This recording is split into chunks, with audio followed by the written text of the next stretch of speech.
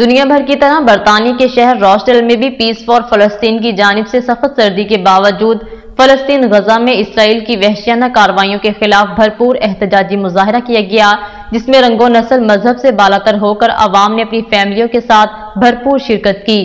Report کر رہے ہیں عارف چودھری۔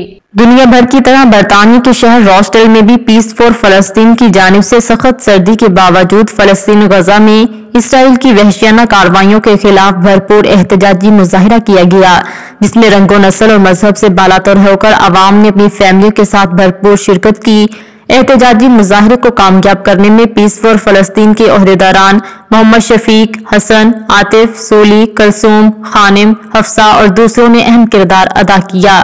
دوسرے شرکت کرنے والوں میں راچڈیل کونسل کے ڈپٹی لیڈر کونسلر عدالت علی، کونسلر فیصل رانا، سابق میئر کونسلر علی احمد، سابق میئر سلطان علی، کونسلر جان، عظیمی فاؤنڈیشن کے Mirza Bashir Azeemi, liberal democratic party کے صدر علی اصغر بابو، راجہ صغیر احمد، حاجی منیر شامل تھے۔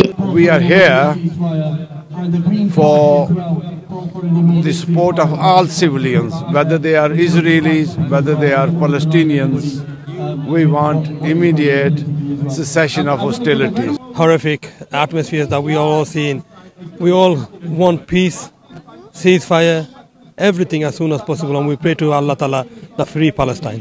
فلسطین کے حق میں جمع ہوئے ہیں الحمدللہ، یہ دیکھ لو تو الحمدللہ یہی آواز ایک آواز کے ساتھ ہم بلند کر رہے ہیں کہ اللہ تعالیٰ کی فضل سے جو فلسطین پر ظلم ہو رہا ہے اس کے خلاف ہم بول رہے ہیں۔ بڑی تعداد یہاں پہ اکٹھی ہوئی ہے اور سب کا ایک ہی مطالبہ ہے کہ امیڈیٹ سیز فائر، یہ جتنی بھی جو ہاسٹیلٹیز وغیرہ جو ہیں وہ جاری ہیں، ان کو ختم ہونا چاہیے۔ مجھے افسوس ہو رہا ہے کہ بین الاقوامی جو ہیومن رائٹ کے علمبردار بنتے ہیں انہوں نے ابھی تک کچھ بھی نہیں۔ مظاہرین نے مختلف خطبے اٹھا رکھے تھے۔ شرکا نے مظلوم عوام کے حق میں آواز بلند کرتے ہوئے عالمی دنیا اور اقوام متحدہ سے مطالبہ کرتے ہوئے کہا کہ مختصر سیز فائر کے بعد فلسطین میں اسرائیلی وحشیانہ درندگی کو فی الفور بند کروایا جائے اور فلسطین کی مظلوم عوام کو ان کا بنیادی حق اور آزاد ریاست کو تسلیم کیا جائے۔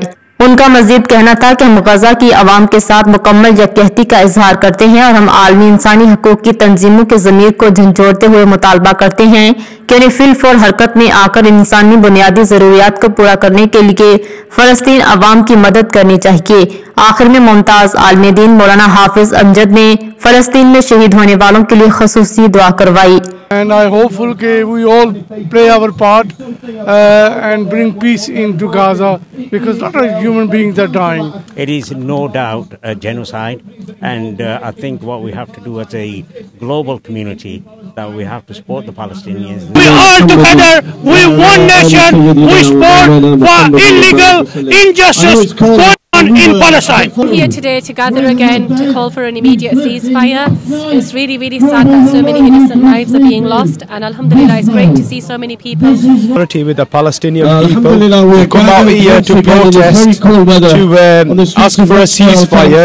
Here with Peaceful Palestine to gather in solidarity for the people of Palestine. One of the founders of Peace for Palestine, just like to thank every single person for coming out, braving this cold weather for our brothers and sisters in Palestine. Here again for a Peace for Palestine protest.